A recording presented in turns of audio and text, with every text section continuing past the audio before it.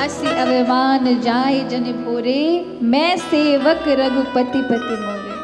ऐसा अभिमान, ऐसा तो ये उन्नत कर देता है, लेकिन नारद जी को इसके विपरीत अभिमान हुआ है। और जब भगवान देखते हैं कि मेरे भक्त के अंदर गर्व हो गया है, अभिमान हो गया है, तो प्रभु दंड अवश्य देते हैं। याद रखिए, जब तक भगवान के चरणों में से जुड़े हुए हो ना, तब तक बचे हुए हो। जो एक अलग छोटा सा भी अंकुर पैदा हुआ, प्रभु कमर कस लेते हैं, इसको तो मैं उखाड़ के फेंकूंगा। क्यों? क्योंकि ये मेरे से दूर हो जाएगा अगर ये पनप गया इसका विकार। इसलिए प्रभु स्वतः ही अपने भक्त को बचाने के लिए उसकी चिकित्सा करते हैं। आज नारद जी गए, नारद जी को प्रभु ने सुंदर आसन दिया और नारद जी ने सारी चर्चा कर दी। महाराज कैसे कामदेव को जीता। प्रभु ने देखा मेरे भक्त के जीवन में अभिमान आ गया, ये मेरी कृपा को नहीं समझ रहा कि मेरी कृपा के कारण वो ऐसा सब प्राप्त हुआ है। प्रभु ने ऊपर मन से कह दिया, अरे नारद जी, आप जैसे महायोगी ऐसा कर सकते हैं, आप तो आप हैं, आपकी बराबरी कौन कर सकता है। अब तो आप हमारे भी पूछोगे, कभी कभी यहाँ पर भी हमारी कुटिया पे अपने चरण पधरा दीजिए। नारद जी कहने, वो प्रभु अभी क्या समय नहीं है हमारे पास, आया करेंगे कभी। अब जब आदमी बड़े हो जाते हैं ना, तब यही होता है। होता है कि नहीं होता है? कई लोगों को आदत होती है प्रतीक्षा कराने की। कुछ बड़े पद पर आ जाएं तो महाराज 4-4, 5-5 घंटे से पहले तो मिलेंगे ही नहीं, भले अंदर बैठ कर के चाय की चुस्की और अखबार पढ़ने पे टाइम वेस्ट कर रहे हो, पर अपने आप को इतना व्यस्ततम दिखाएंगे कि मिलेंगे ही नहीं। ऐसा करना गलत है। तो यहां नारद जी के जाते ही भगवान ने अपनी माया के द्वारा एक दिव्य नगर की स्थापना कर दी। तत्र राजा शील निधिर नामेश्वर्य समन्वितः, सुता स्वयंवरोद्युक्तो महोत्सव समन्वितः। क्यों सुंदर से राज्य में एक बहुत सुंदर नगर की स्थापना प्रभु ने कर दी। उस नगर का जो राजा था उसका नाम था शील निधि राजा, और उसकी कन्या का नाम विश्वमोहिनी। ये रामायण की कथा है। अब देखिए, यहाँ प्रथम कथा भगवान के आरंभ होने से पूर्व की कथा है ये। यानी विद्वेश्वर संहिता में तो आपने भगवान के सुंदर साधनों के विषय में समझा। अब जो कथाओं का प्रारंभ हुआ है उसमें पहली कथा राम यहाँ पर जुड़ी हुई है, जो रामायण में मिलती है यहाँ। और यही सारी की सारी कथा जो रामायण, भागवत और यहाँ मिल रही है, सब महाभारत में मिलती हैं, तीनों की तीनों। शिव में और भगवान हरि में फिर से कह दो, कोई अंतर नहीं है, कोई अंतर नहीं। भीष्म ने सरसैया पर लेटे हुए विष्णु सहस्त्र नाम उनके मुख से निकला था, और उसी भूमि पर भगवान श्री कृष्ण के मुख से शिव सहस्त्र नाम निकला था। और दोनों ही जगह इन दोनों ही देवताओं के सहस्त्र नामों का प्रादुर्भाव हुआ। इसलिए कभी भेद नहीं करना चाहिए हरि और हर में, दोनों ही एक हैं। बस स्वरूप में अवश्य अलग अलग दिखाई पड़ते हैं, लेकिन कृपालु दयालु दोनों ही एक हैं। यहां नारद जी ने जैसे सुंदर नगर को देखा, देखते उनका मन मोहित हो गया। ऐसा नगर तो उन्होंने पहले नहीं देखा था। इस रास्ते से कई बार आए थे। हो सकता है हम तपस्या में इतने मग्न हो गए कि यहाँ कब नगर बन गया अपने को पता ही नहीं चला। चलो देख कर आते हैं, बड़ा उत्सव मनाया जा रहा है। और नारद जी तुरंत आए, मन में सोचा यहाँ भी एडवर्टाइजमेंट कर दे, किसी को पता नहीं अब हम कौन है। सो नारद जी उतर के आए नगर में। शील निधि राजा जो भगवान की माया के बनी हुई, वो पूरी नगरी माया की थी। शील निधि राजा ने प्रणाम किया, उच्च स्थान पर बिठाया और कहा, महाराज मेरी कन्या विश्व मोहिनी, उसके विवाह का स्वयंवर का आयोजन हो रहा है। आप मेरी बिटिया को का हस्त दर्शन, उसके भाग्य को देख करके उसको आशीर्वाद दीजिए। नारद जी ने भी कहा ठीक है, बिटिया को बुला दो, हम आशीर्वाद दे देंगे। अब जो ही विश्व मोहिनी आई, जो नारद जी ने काम को जीता था, देखिए भगवान की प्रबल माया क्या नहीं करा देती। उनकी माया से कोई नहीं बचता। जब तक उनकी छत्र छाया में तब तक बचे हो। कोई कहे कि मैंने ये जीत लिया, मैं जीतेंद्रियों में, तब तक बचे हो जब तक कि उसके चरणों में आपका मन लगा है। मन उस परिधि से बाहर होते ही भगवान की माया किसको चंचल नहीं कर देती। इस कथा का आश्रय लेना चाहिए। नारद जैसे जिन्होंने जीवन भर प्रभु का नाम रटा, लेकिन एक अभिमान उनको कहां तक लेके गिरा देता है। और प्रभु अपने गिरते हुए भक्त को किस प्रकार बीच में से बचा लेते हैं, खुद उसमें आकर के उनके समक्ष खुद अपने आप को गलत ठहरा करके, लेकिन नारद जी की रक्षा करते, उनके तप की, उनके ब्रह्मचर्य की, क्योंकि जो उससे पूर्व कल्प में उन्होंने नारद को जो आशीर्वाद दिया है उसकी पूर्ति करनी है। यहां नारद जी जैसे विश्व मोहिनी को देखते हैं, उसके रूप पर मोहित हो जाते हैं। मैं सोचा ऐसी सुंदर स्त्री तो मैंने कभी देखी नहीं। भूल गए कि वो काम को उन्होंने जीता है, काम विजयी है।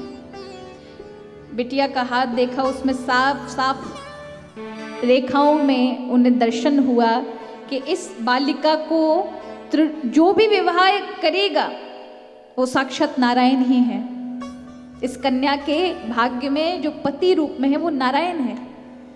तो साफ साफ नहीं बताया कन्या के पिता को, कहने लगे जो इसको विवाह करेगा वो त्रिलोकी का स्वामी हो जाएगा। ये कन्या तो बहुत भाग्यशाली है। लेकिन मन में सोचने लगे कि अब स्वयंवर तो अपने को भी करना चाहिए। बहुत दिन हो गए ब्रह्मचारी बने बने, अब ब्याह करना चाहिए। अब मन में उनकी यही उत्कंठा थी कि इस कन्या से किस प्रकार से विवाह हो। अगर अभी कहूंगा तो राजा क्या कहेंगे, संत के रूप में है और ये विवाह की लालसा कर रहे हैं, अच्छा नहीं लगेगा। तो कुछ रूप बनाना चाहिए, क्योंकि नारायण को ये प्राप्त होगी। क्यों ना मैं नारायण का, प्रभु का भक्त हूँ, मैं ही उनका रूप ले आऊं और मुझे ही कन्या मिल जाए। मेरी इतनी तो मदद भगवान करेंगे ही, अपने भक्त को निराश तो नहीं करेंगे। क्या फर्क पड़ता है अगर एक दिन के लिए अपना रूप दे देंगे तो। अब नारद जी को इतनी बेचैनी विवाह की। देखिए भगवान की माया, जो इतने कल्प से अब विवाहित होकर निरंतर प्रभु का नाम लेने वाले ब्रह्मचारी महात्मा, आज माया का ऐसा प्रभाव कि वे बेचैन हो गए, मुझे विवाह करना है, मुझे विवाह करना है। इतने विचलित हो गए कि वैकुंठ की ओर दौड़ लगा दी। प्रभु ने देखा मेरा भक्त आ रहा है तो प्रभु वहीं प्रकट हो गए। अरे नारद जी, आपकी उत्कंठा को देख के मेरा हृदय द्रवीभूत हो गया। बताइए क्यों आ रहे थे, क्या चाहिए? रो पड़े, प्रभु मुझे और कुछ नहीं चाहिए, एक दिन के लिए अपना रूप दे दीजिए, बहुत सुंदर है, ये नहीं कब ब्याह करना है। भगवान से भी छुपा लिया, मुझे आपका हरि रूप चाहिए। अब हरि रूप में 3 रूप होते हैं, एक साक्षात हरि का, एक तोते का और एक बानर का। अब उनमें भेद नहीं बताया था कौन सा वाला चाहिए। प्रभु ने कहा जो तुम्हारे लिए सही होगा नारद, तुम्हें अवश्य वही मिलेगा। और यहाँ नारद जी को बानर रूप प्रदान कर दिया। अब नारद जी गए, जब स्वयंवर में बड़े बड़े राजाएं खड़े हैं, नारद जी ने सोचा हम तो सुदर्शन चक्रधारी बनकर आ गए हैं, अब कन्या हम ही को देख करके माला डालेगी। लेकिन सबको नारद जी बानर रूप में दिखाई पड़ने लगे। पर सबने सोचा अब दिव्य महात्मा है, शायद ऐसे ही रूप धारण कर लिया होगा। उस रहस्य को कोई नहीं जानता था। कन्या जैसे ही आई, कन्या ने जो ही देखा, नारद जी सबसे आगे की लाइन में खड़े थे, बस मुझे देख के माला ही डाल देगी। और नारद जी का स्वरूप बानर का। कन्या ने देखा एक बार और वहीं से वो दिशा उसने बदल दी। वो नारद जी के समीप ना आकर के दूसरी दिशा की ओर माला लेके चल दी। नारद जी को ये बड़ा अपमान लगा। उन्होंने सोचा दृष्टि नहीं पड़ी होगी, नहीं तो मुझे, मैं इतना सौंदर्यवान हूं, मुझे देख के कैसे छोड़ जाती। तुरंत जाकर के उसी पंक्ति के सबसे आगे जाकर खड़े हो गए। कन्या ने देखा ये दोबारा से बानर यहाँ आ गया, तो फिर आंखों को टेढ़ा करते हुए वो वहां से अपने सखियों से पीछे की ओर मुड़ जाती है। नारद जी को समझ नहीं आ रहा ये कन्या मेरा तिरस्कार क्यों कर रही है। अब नारद जी इतने उतावले हो गए कि वो कन्या जिन जिन राजा के समीप सामने जाए और बंदीगण उन राजाओं के पौरुष और ऐश्वर्य के बारे में बताइए, राजा यहाँ से हैं, ये इनके पुत्र हैं, इनके पास ये समृद्धि है, ये औज है, ये तेज है। नारद जी उससे पहले उस राजा के समक्ष खड़े हो जाते, वो कन्या वहां से दूसरे राजा के पास निकल जाती, फिर वहां खड़े हो जाते। इस तरह से जब देखा कि वो कन्या उनको देख नहीं रही, तभी भगवान नारायण एक साधारण राजा के रूप में आए, कन्या ने उनको माला पहनाई और नारद जी पछताते रह गए, बताओ ये कन्या भी मेरे हाथ से निकल गई। और बहुत दुखी थे कि पहली बार जीवन में विवाह करने की सोची और उसको भी न जाने कौन राजा ले गए। और ऐसा सोच करके विचार कर रहे थे, तभी शिव के गणों ने आकर के कहा, नारद जी आप तो इतने सुंदर हैं कि कन्या तो आपको विवाह भी करती है, एक बार अपना मुख तो जाकर देखा उस सरोवर में। और नारद जी ने देखा वो दोनों हंस रहे, जाके अपना मुख देखा तो वो बानर का था। उन्हें क्रोध आ गया कि नारायण ने मेरे साथ छल किया, अरे नहीं देना था तो मना कर देते, मेरा उपहास क्यों उड़ाया, मैं छोड़ूंगा नहीं। वो नारायण ही थे जो मुझे प्रिय थी, उस कन्या को ले गए, मुझसे छिना लिया। सो नारद जी वैकुंठ की ओर जाते हैं, ठाकुर जी देखते हैं भक्त आ रहे, तो स्वतः ही रास्ते में से लक्ष्मी जी को भी लेके और विष्णु मोहिनी को लेकर के चले आ रहे थे।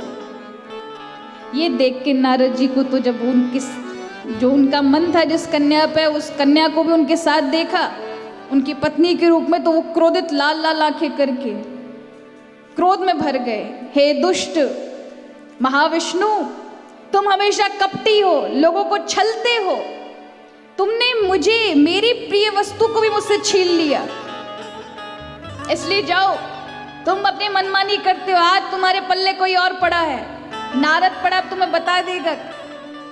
आज से श्राप देता हूं, जिस प्रकार मैं दुखी हो रहा हूं स्त्री के वियोग में, तुम्हें भी दुखी होना पड़ेगा। जिस प्रकार का रूप तुमने मेरा बनाया है ना, यही लोग तुम्हें तुम्हारे कष्ट में सहायता प्रदान करेंगे। और श्राप दे दिया।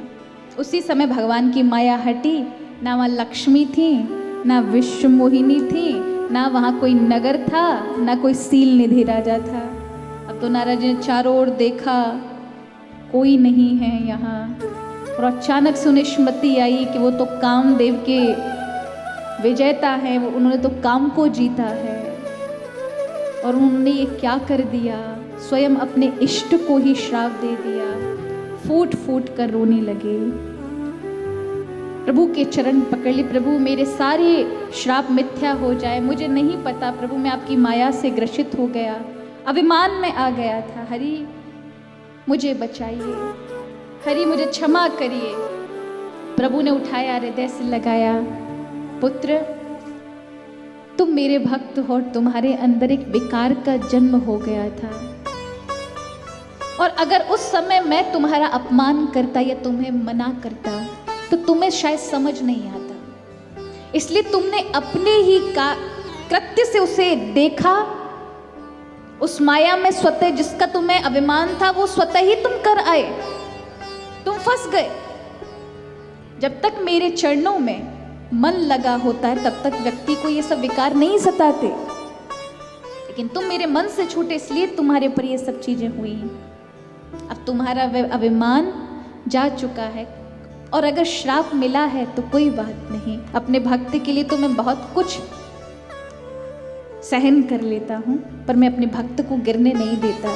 लेकिन तुमसे एक बहुत बड़ा अपराध हो गया जिसका प्रायश्चित तुम्हें करना पड़ेगा नारद, और वो है कि तुमने शंकर का अपराध किया है, भगवान शिव का। जब कोई गुरु तुम्हें सही रास्ते की ओर बताए और फिर भी तुम गलत राह पर चल रहे हो तो तुम्हें प्रायश्चित का विधान है। तुमने शिव भगवान के मना करते हुए भी तुम मेरे पास आए और अपने बड़ाई मेरे समक्ष की, इसलिए जाओ काशी जाओ और भगवान शिव के 1000 नामों को जाप करते करते करते कुछ दिन काशी में रहो, और भगवान शिव कृपा करेंगे, तब तुम इस पाप से मुक्त होंगे। और नारद जी फिर प्रभु का नाम लेते हुए काशी की यात्रा करते हैं। और काशी जाते समय रास्ते में जितने भी मंदिर शिव प्रदेश पड़ते हैं सबका दर्शन करते हुए काशी पहुंचते हैं और वहाँ जाकर के शिव जी का स्मरण करते हैं, शिव जी का नाम जाप करते हैं।